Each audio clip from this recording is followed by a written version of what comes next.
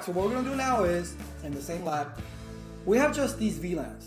So let's add another VLAN, right? This VLAN 10 right here. Let's just add another VLAN. Obviously, we got 20 and 30, so I got to make something else up. So I'm gonna bring a computer, and let's put it on a different port. We're gonna do port 2. We don't have to get all that creative. Port 2, all right? We're configuring LAN, but this time, we're not gonna put an IP address. All right, we're gonna set it up for something else. For DHCP server. All right, so let's just close that. Let's fast forward through time. So we've created, or we're going to create, another VLAN. So I'm going to copy paste this, Control C, Control V, and this will be 100. No, let's not get that carried away. So let's just do VLAN 60. All right, that'll be that. And let's label them so we know that that is VLAN 60. So this will be VLAN 60. Okay, and then this will be VLAN 10. So we know. All right, just by looking at the labels. You need to create labels so you know exactly what's going on. So all right, so we need to create VLAN 60. So all right, so we need to go to the switch. We need to create VLAN 60 because we do a show VLAN brief. We have already HR. So we're going to do another one. So config T, VLAN 60. Name faculty. All right.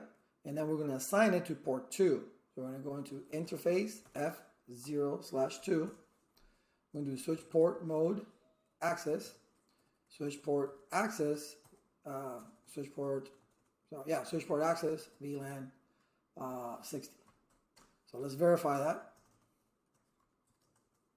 Show VLAN brief to make sure that it is there. And it's assigned to that port. Lovely. And we got another VLAN right there. So let's put an IP address for that VLAN. So it's going to be config T. Interface VLAN 60.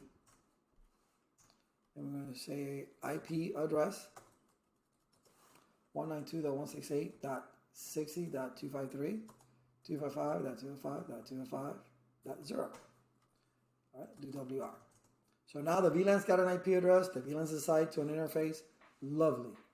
Now, we already have a trunk port, which is the only one here, but it's not enough just to create it. Now, we need to go ahead and put in the sub interface to match that particular VLAN. All right, so come here. Oh no, bypassing that. Don't want to type in no username and password. All right, so we need to create now. Let's take a look at this so we know where we're at. Show IP int brief.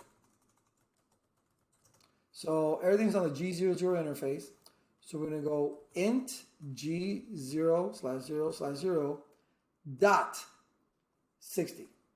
Why dot 60, lads? Because it's the 60 VLAN. Is it required? No, it's recommended. All right. Then we do the incap dot 1Q.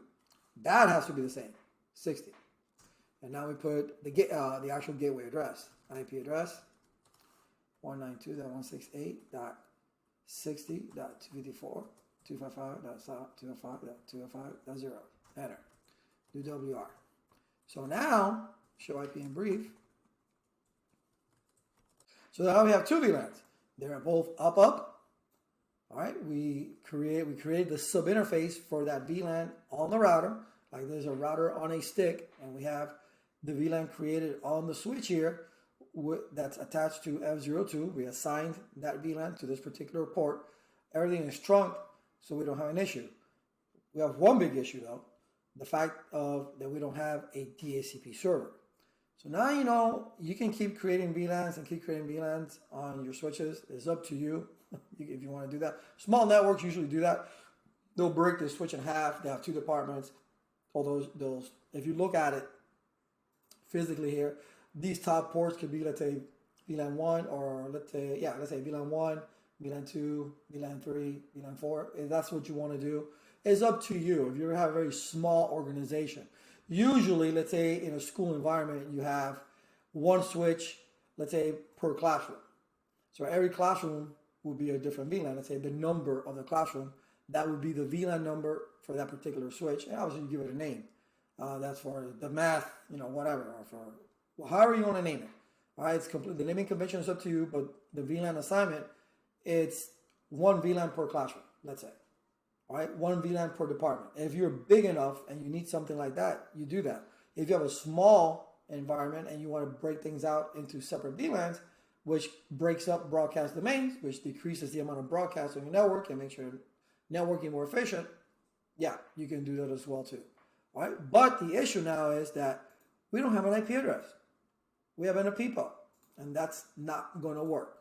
That's not going to work. So what are we going to do? We can do it on the router, or we can do it on the switch. Now, this is a layer 3 switch, so we can go ahead and do it right on the switch.